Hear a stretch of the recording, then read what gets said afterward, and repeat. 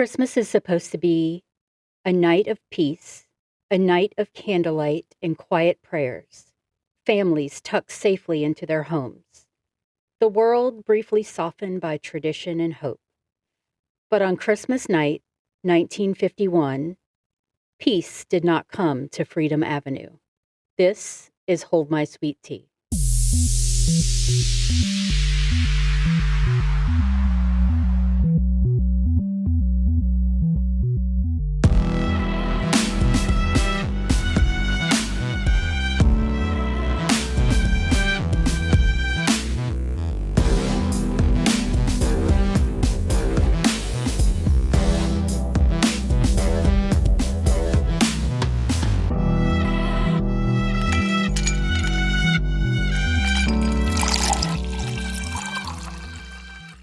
Hey everybody, I'm Holly. And I'm Pearl. And we were just laughing because Pearl said something funny. Always. Always. We're a little giddy today. Yeah. We're slinging out 2 recordings in one morning. We're like, Yep, let's get them done. yeah, well, maybe this means I'll have a good, productive day. That's right. Starting it off right. Get it going. The blood is pumping. Pumping. But not in a murderous kind of way. Right? You're like, Right. But you have someone who has blood pumping in a murderous kind of way. Yeah, and it's a pretty sad one. Mm-mm. And I've been doing for the whole Creepsmas season some folklore, and I had somebody go on my TikTok and try to school me on Yule, and I'm like, okay, pick me. Like, I'm not going to re-answer. Calm down. That's your, you can give me factual information, but Yule is celebrated in many different ways. So in many different places. Yes. In many different ways. Different cultures interpret things different ways. That's right. We are taking a smidgen. Smidgen. I like it. Of information from a tiny area. Right. Not the whole world. Right. Believes Yule is this. Right. Maybe I'll consult you next time when I need We'll some reach factual out. information on some stuff. Like, be like, calm down. Is this episode okay for you? Do you feel like I'm lying? Right. Can you proofread for me? Thanks. Yeah. But yeah, I mean, I know we're going to have people that do stuff like that, and we welcome all. And honestly, I will say that most people who have something, because we ask, if you know something that we don't, share it for sure. There is a way to share this information and not be an ass. Right. We're not asses to other people when they tell us, because I will be like, cool, thank you. I had no idea. And then I'll even private message that person and be like, where'd you find that? Right. Because I want to go read it now. But when you express your opinion in all caps. And you're a jerk. Yeah. And you're being a pick-me girl jerk. Like, yeah. Okay. We can agree to disagree, but you can be nice about it, because we're nice about it. Absolutely. I don't know everything. Nope. But apparently she does. That's exactly how it came off. That's her wheelhouse. Apparently. The whole wheelhouse. It must be all she does. Right. It's her wheelhouse. Is research Yule, because that's what it seemed like. Yeah. I was like, holy crap. I know. Like, calm down. You can tell us something in a nice way. Right. But we welcome all feedback. We're going to read it. No, and literally, like, we've had other people who don't like certain things, and I'm like, cool, yeah. But nobody's not going to like everything, right? And nobody's ever been mean about it. Right. Till now. Dun, dun, dun. But that's okay. Yep, we're fine. I'm not hurt about it, so I'm just going to say my thing and move on. But I am doing a case of the Christmas murders of Harry and Harriet Moore. I'm like, how cute is that? Oh, Harry met Harriet. It's almost as cute as the mats, the personalized mats that were in my first car. Right. Like Herb and Ethel. I left them in there because I loved it so much. I know. But when you think of Christmas, it's supposed to be a night of peace, a night of, like, depending on how you celebrate it, like some people candlelight and prayers, some people celebrate differently. But, families tucked safely in their homes, the world briefly softened by tradition and hope. But on Christmas night in 1951, like I said in the introduction, peace did not come to Freedom Avenue. In the small Black community of Mims, Florida, a modest wooden home set beneath a wintry sky that never snowed because Florida. Yeah, it's just chilly. Yeah. But inside Harry and Harriet Moore's, home, they were having a peaceful night because they were celebrating their 25th wedding anniversary on the 25th because they got married on Christmas Day. Sweet. Right. They were not only husband and wife, they were both teachers. They were both civil rights organizers. And they preached love and all around awesome people. They were just awesome people.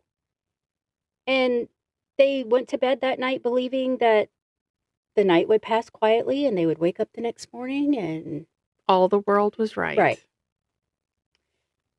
But just after midnight, a bomb hidden beneath their bedroom floor shattered the stillness. People would get up the next morning and they're like, oh, the Christmas season, but they would not. So Harry T. Moore and Harriet V. Moore, like I said, had been married since Christmas Day, 1926. Gosh. I know. Every December, the holiday carried layered meaning for them: faith, family, the reminder that survival itself was a form of resistance. They were both deeply committed to the belief that the law, however broken it was, could still be used as a tool for justice. Harry helped found the Brevard County chapter of the NAACP and later became Florida's first statewide NAACP executive secretary. Harriet worked beside him, hosting meetings, organizing the women's group, sustaining their work when the pressure mounted, because there was always pressure. Mm-hmm. So Christmas for the Moores was not an escape from struggle. It was a pause, brief, sacred, a hard-earned pause because they did so much. But in the Jim Crow South, even Christmas could not shield them from hatred. Sure enough. I was like, right. Every day is scary. Yeah, very. The Moore's home was small. It was full of books, conversation. People would come there seeking help because they were like the house of help and solitude. That day on Christmas in 1951, there was laughter, quiet celebration, no lavish gifts, no heavy, decorated trees or anything, just togetherness. Mm-hmm. But just simple things. Right, just simple things. But what Harriet and Harriet didn't know was that sometime earlier, someone had crawled beneath their home, under the bedroom where they would sleep, and placed dynamite directly beneath the floorboards. The bomb was positioned with intention, not to frighten, but to kill. So just after midnight, when Christmas Day slipped into December 26th, the device exploded. The blast tore through the bedroom, throwing Harry and Harriet from their beds. The walls collapsed, the home filled with smoke and debris. Their 2 daughters lived there also, which they were not hurt, but... That's amazing. Harry Moore was critically injured. But because of segregation, he could not be taken to the nearby hospital. The ambulance had to drive him nearly 30 miles away. Ridiculous. Very ridiculous. He died on the way to the hospital. Mm-hmm. Harriet, she survived the initial blast, but she had devastating injuries. So for 9 days, she fought quietly in a hospital bed as things went on around her. And she died on January 3rd of 1952. So these 2 lives that were like dedicated to justice were gone. The murders shocked the country. Newspapers ran the story while, Christmas decorations were still hung in windows. Mm-hmm. The NAACP called the bombing an act of domestic terrorism. Of course. Right. Protests followed. Condolences arrived from across the world. The case was cited in international forums as evidence of America's racial violence. Activists responded. Even families, as they, put away their Christmas ornaments and things like that, the Moore's death, forced the nation to confront what kind of peace Christmas truly offered Black Americans. It was horrible. Mm-hmm. So investigators, they suspected the Ku Klux Klan members almost immediately. Naturally. Witnesses had reported men asking for directions to the Moores' home months earlier. White men. Mm-hmm. The FBI opened a file, and Florida authorities followed suit. But time moves on. Witnesses forget. Suspects die. It was an ongoing thing because they could never pinpoint it on somebody. Right. They knew. My thing is do witnesses forget, or do they get told to forget? Yeah. In that instance. In certain situations, right? Yes. They're like, well, maybe it was wrong. Maybe I forgot. So, because maybe they're threatened. Nearly decades later, a Florida Attorney General investigation named likely perpetrators, but no one was ever charged. The evidence, they said, could no longer hold up in court. The case was eventually closed. Justice, like Christmas peace, remained promised but unrealized. So Harry and Harriet Moore are often called the first martyrs of the modern civil rights movement. They died before Rosa Parks refused her seat, before Selma, before Birmingham, and they died on Christmas when the nation celebrates goodwill. But history reminds us, who that goodwill was meant for. But their work lived on. Their deaths, fueled this momentum. Right. To make other people, fight for their rights. Their home on Freedom Avenue became a memorial, a place where memory stands out for justice. There's actually a plaque there, one of those national marker things there, and you can see the home where they lost their lives. But, I don't know. I just think it's just odd that they had no evidence. They had these men were asking directions months before. Uh-huh. But they could never just pinpoint it on anybody.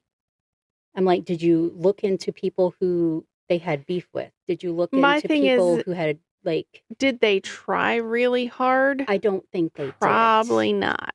Because a sign of the times. I mean, honestly. Right.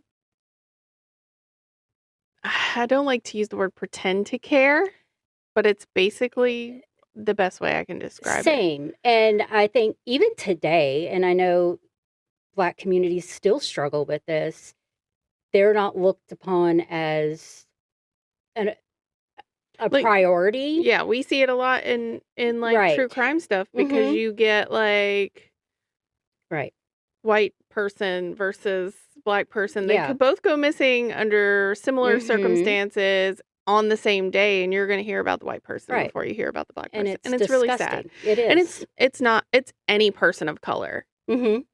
And it's terrible. It I mean, is. Native Americans, I think, suffer the worst. So many Native The American worst. women that go missing and are trafficked And they're just horrible. like, oh, well. Yeah. That is the worst. Mm-hmm. As far as, the whole ladder of discrimination is like, it's so terrible for natives. And I hate it for anybody and everybody. I mean, I have a mixed son. Yeah. Who has certainly been pulled over. Right. And you told him what to do when he's pulled over. Oh, absolutely. So he does not get. He's the most respectful person on the planet. Mm-hmm. And let me tell you that he's not perfect and he's done some really stupid stuff. Right. And there's stuff he didn't do that he was accused of that he had to endure. Yeah. And the one thing that always comes out of any officer's mouth is he's a good kid. He is so respectful. Mm-hmm. Literally had a state trooper pull him over, and he drove a little further to get to a safe spot, not for himself. Literally because he was concerned because the traffic was so insane where he got pulled over. Right. That something could happen to the cop. Right. And the police officer asked him, why did you take so long to pull over? And he said, I didn't feel like it was a safe place for you to come out and approach my car. Right. I didn't want you to get hit. Literally, my child got a warning for driving like a dumbass. Because he expressed concern for the police officer's life. But like that's the thing is like even being that compliant and that considerate and everything else could lead to a very bad situation. Yes. I mean, that cop could have just thought he was trying to get away and been a complete and total ass. Right. But and then, and not even give him a chance to explain. And then people zone in on his color more than his character. Oh, yes. So he has a hard time getting a job and based upon the way he looks and not on his virtues and his experience. Right. And it's really sad. Racism is disgusting. It really is.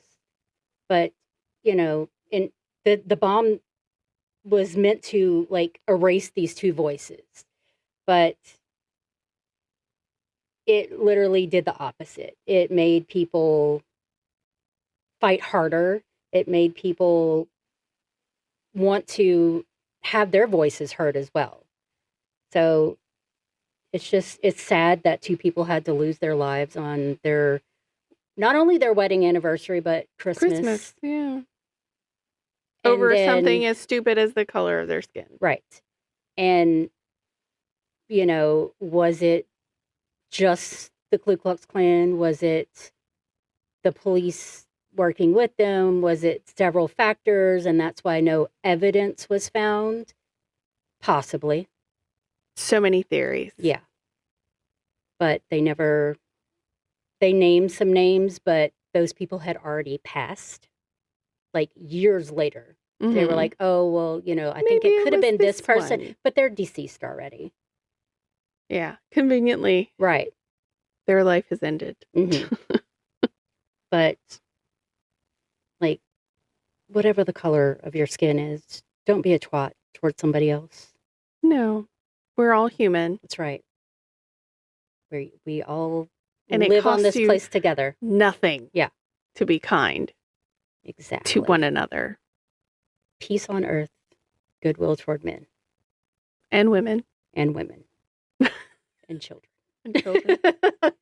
And dogs and cats. Yes. Animals. Yeah. Oh, speaking of animals. Yeah. Did you see, I can't remember what state it was. Oh my gosh. Is it like Pennsylvania or something? Had passed some laws that make animals, your pets, your part of your actual family.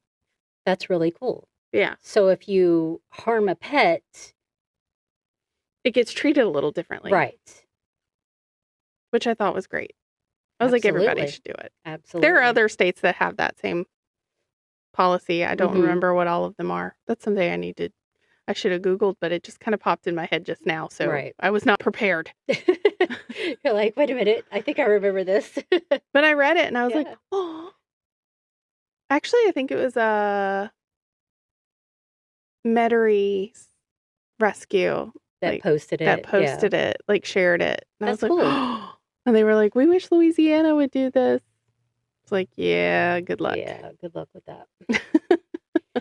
But if you have any, Christmas stories you want to tell us or anything that you are out there fighting the fight for and you want to say, absolutely let us know. Yeah. We'll advocate. Yep. We don't mind. We advocate for everybody, unless you're a complete and total turd. Yeah, we don't advocate for turds. The Christmas poo. Stirring. Yeah. But for sure. Yeah. And someone else who's like always, trying to stay positive and promote human kindness and inclusiveness. Absolutely does. Always, always, always. The creator of our theme music, Patty Salzetta. Yep. She is always posting and like throwing out there the most positive, amazing things. Bright, sunshiny stuff. Yep. We love seeing it. We do. And her baby. So if you have some positivity you'd like to spread, we like good stuff. We want to hear good stuff. You can email us at holdmysweetteapodcast@gmail.com. Reach out to all of our socials. And even, like we said, if you're on Spotify or anything, you could still message us. Yep. So many ways to contact us. And follow us on the YouTubes. Please subscribe. We need to get to our 100 followers. I look at some stories on there and people have 109,000 views. And I'm like, we need those. Why not me? We'll get there one day. Yeah, someday. We're just trudging along. Yeah, we are. We'll get there. We are creeping up on that year mark, too. We sure are. We'd like to reach the 100 subscribers before we hit a year. Yeah. That would be cool. That would be awesome. Very awesome. So y'all got until Valentine's Day to find me 7 people. And have those 7 people find 7 people. Yeah, because if we go over 100, that's great too. But Absolutely. I'm like, at least find me 7 people.